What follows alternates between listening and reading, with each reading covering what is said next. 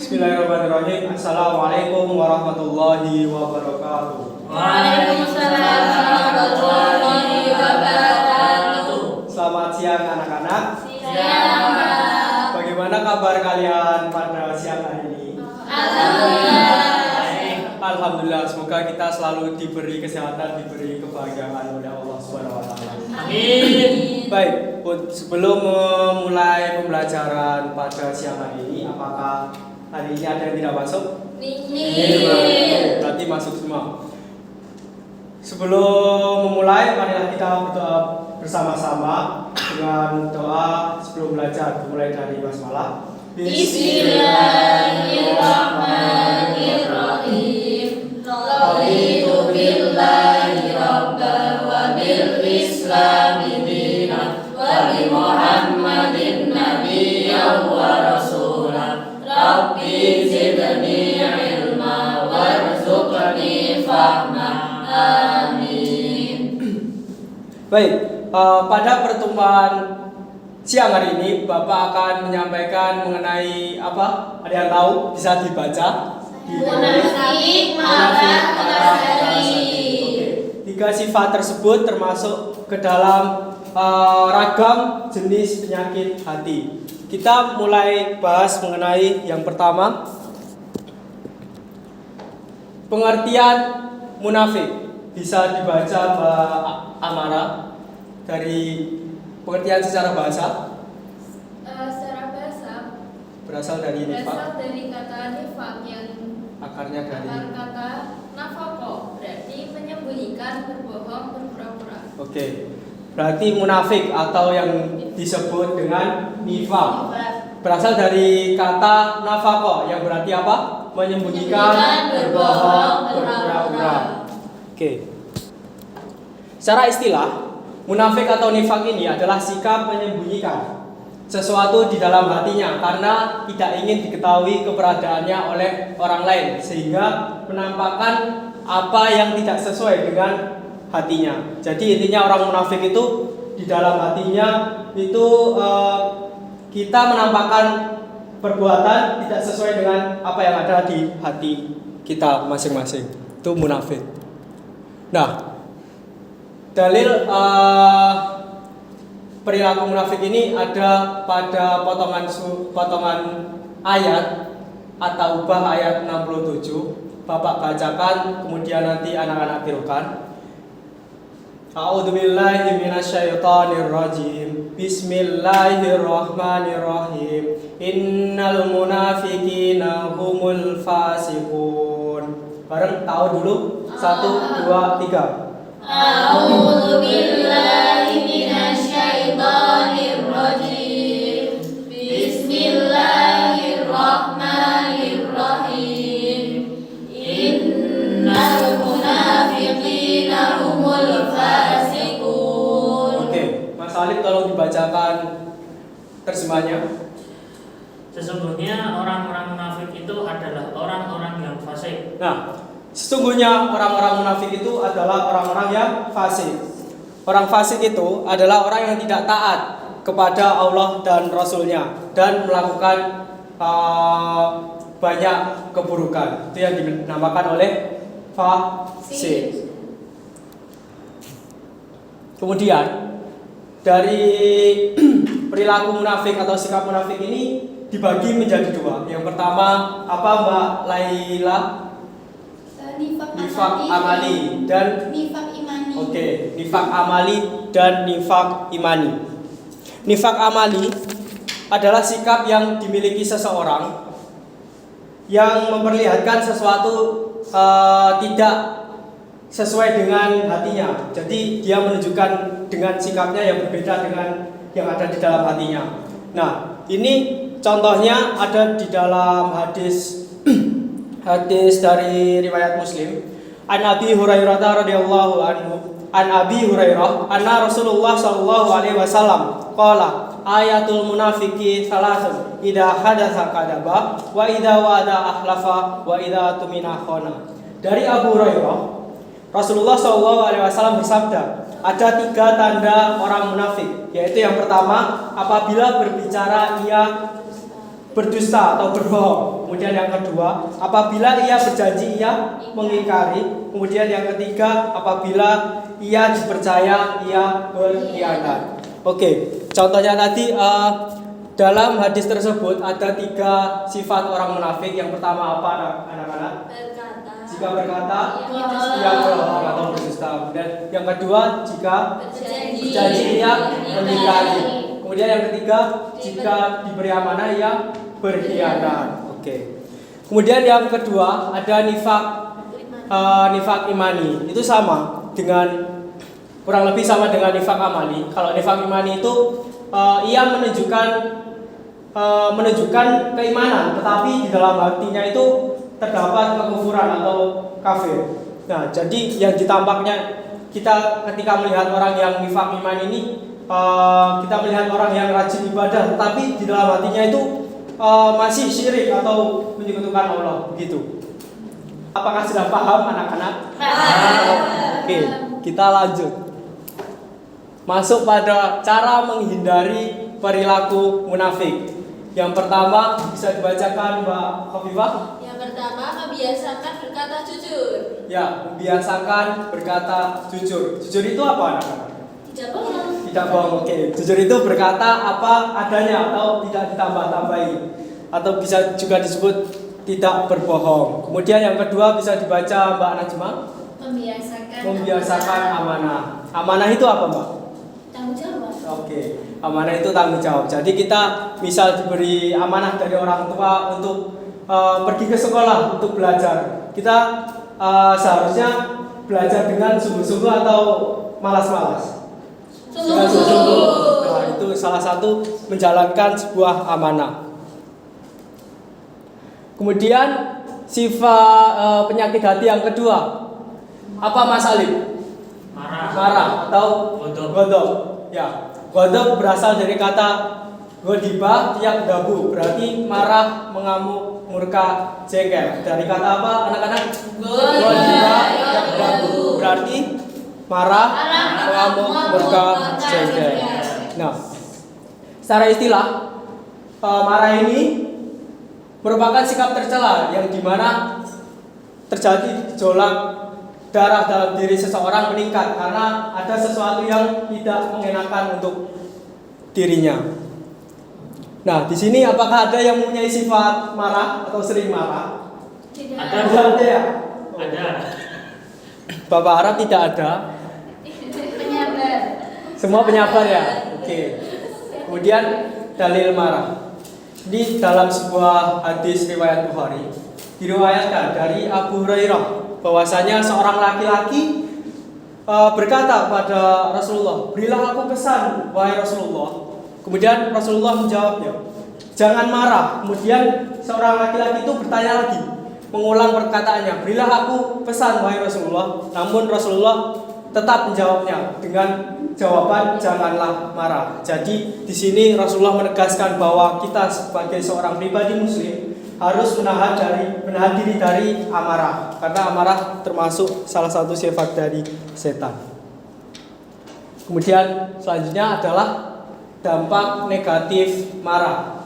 Nah, dari sifat marah tadi muncul dampak-dampak negatif. Yang pertama, keputusan yang diambil tidak bijaksana. Nah, kita kalau sedang marah, lalu kita mau mengambil sebuah keputusan itu bisa apa enggak? Soalnya masih emosinya belum terkendali.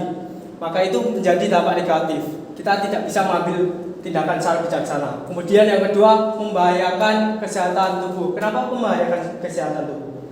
Hipertensi. Nah, menyebabkan hipertensi atau tekanan darah tinggi. Kan marah nanti, darahnya naik, terus kan jadi darah tinggi. Kemudian yang ketiga apa Mbak Khafifah? Letaknya hubungan persaudaraan. Maksudnya gimana itu? Letaknya hubungan persaudaraan. Ada yang tahu nggak? bikin musuhan, Pak. Nah, kalau kita marah kan kita berantem sama teman yang padahal itu teman baik, terus kita marahan, terus berantem, terus hubungannya jadi tidak baik karena sifat marah itu. Selanjutnya ragam jenis penyakit hati ketiga yaitu keras hati atau qaswah al-qalb. Bisa dibacakan Mbak Najwa? Pelatihannya sikap tercela di mana seseorang menutup pikiran dan hatinya akibat dari perilaku keburukan dan kemaksiatan yang telah diperbuat, semisal munafik dan marah. Nah, keras hati berarti hatinya udah keras. Seorang yang memiliki hati yang keras itu sulit diberi nasihat. Nah, sulit diberi nasihat karena sudah tertutup hatinya. Kalaupun kita memberikan banyak nasihat kepada dia, kalau hatinya sudah tertutup atau sudah keras, maka dia tidak akan memperdulikannya. Kemudian ada 3 macam hati menurut Imam Al-Ghazali. Menurut Imam Al-Ghazali itu ada berapa anak-anak? 3. Ada 3 hati. Yang pertama apa dibacakan Mbak Amara? Hati yang sehat. Hati yang sehat, hati yang sehat. Maksudnya di sini hati yang sehat itu tandanya imannya kuat. Imannya kuat, terus ibadahnya kuat. Itu termasuk hati yang sehat. Kemudian yang kedua dibacakan Mbak Laila. Hati yang sakit. Hati yang sakit. Maksud hati yang sakit di sini ia memiliki tanda keimanan, tetapi keimanan tersebut kemudian ibadahnya ternodai dengan kemaksiatan yang dilakukannya. Kemudian yang ketiga dibacakan Mas Alif yang bawah, hati yang mati. hati yang mati. Maksud hati yang mati ini berarti di hatinya tidak ada sedikitpun keimanan. Baik, untuk 3 macam ini ada yang ditanyakan? Paham? Dari marah dan keras hati belum ada cara menghindarinya, maka Bapak akan membentuk kalian menjadi 2 kelompok. 3 ini, Mbak Amara, Mbak Laila, Mbak Najma menjadi kelompok 1. Kemudian Mas Alif sama Mbak Khofifah menjadi kelompok 2. Nah, tugasnya kelompok 1 mencari cara bagaimana cara menghindari sikap marah. Kemudian tugas dari kelompok 2 adalah cara menghindari kerasnya hati. Silakan anak-anak diskusikan, Bapak beri waktu.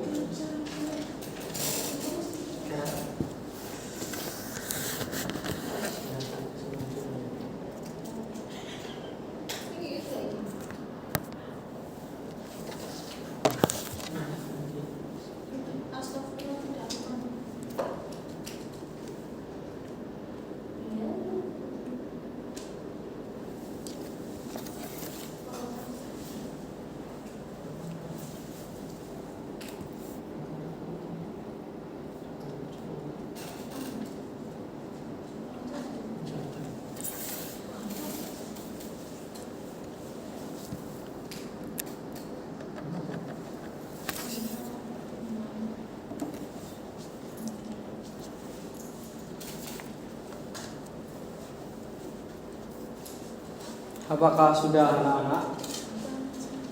Nomor Bentar 1. lagi, Pak, bentar lagi. Oke. Nomor 2 udah? Sudah selesai, Pak. Oke. Baik, setelah selesai perwakilan dari mana dulu? Kelompok 1 apa 2 yang siap?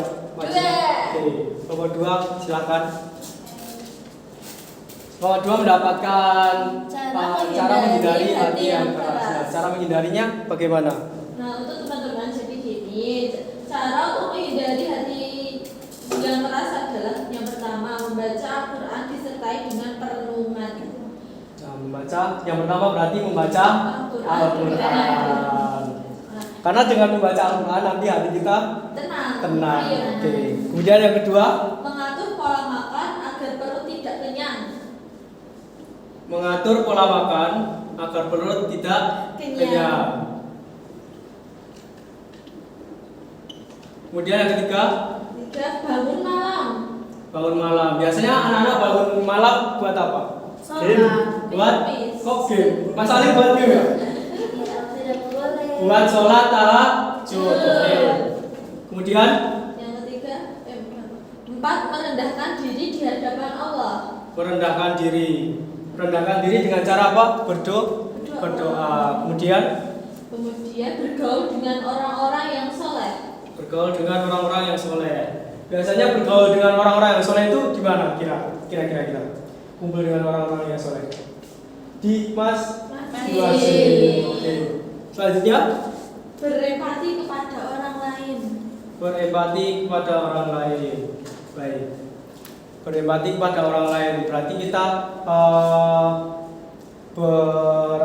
ketika ada orang yang sedang kesusahan, sebaiknya kita membantunya. Pakai begitu. Ya, silakan duduk. Oke, kelompok 1.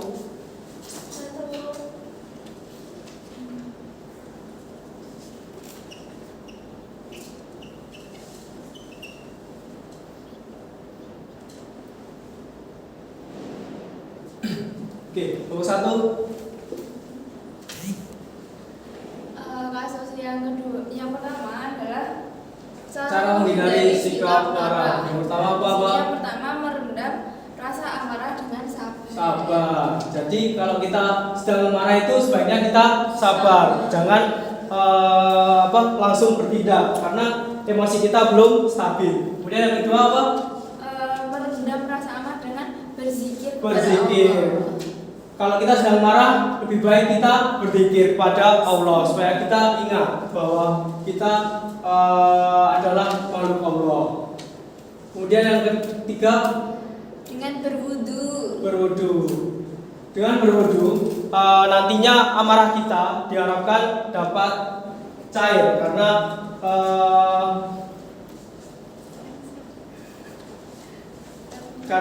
dengan wudu tersebut yaitu Dengan air wudu itu yang Setannya hilang. Setannya bisa oke. hilang. Setannya bisa hilang. Kemudian Dengan merubah posisi, misal berdiri, dia duduk. Merubah Kalau posisi. duduk, dia tiduran. maksudnya gimana itu? Ada yang tahu nggak? Maksudnya ketika kita sedang minta perhatian dulu. Maksudnya merubah posisi, ada yang tahu nggak anak-anak? Ketika marah. Nah, Duduk, terus tarik jadi berdiri. nah, oke. Kalau kita misal marah pas keadaan berdiri misal, kita harus tenangkan diri dengan duduk dulu. Kalau duduk masih marah, kita dengan Menghadap berbaring. tembok. Menghadap tembok juga bisa. Oke. Dan terakhir apa? Terakhir memberi maaf. Memberi maaf. Oke, memberi maaf. Jadi kita sebagai seorang muslim harus membukakan pintu maaf. Allah saja memaafkan hambanya yang bersalah. Masa kita nggak mau memaafkan sesama saudara kita yang bersalah? Oke, terima kasih. Beri aplaus pada dua kelompok. Baik, dari materi ragam penyakit hati ini, apakah anak-anak sudah paham atau ada yang ditanyakan? Paham.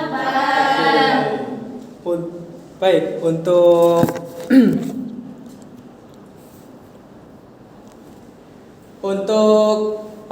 tugas kalian di rumah, nanti Bapak kirimkan soal, silahkan dikerjakan di rumah. Pertemuan berikutnya pekerjaannya dibawa untuk Bapak nilai. Apakah sudah paham anak-anak? Paham. Oke. Baik, Bapak rasa cukup untuk pertemuan pada siang hari ini. Untuk pertemuan besok kita akan membahas mengenai etos kerja.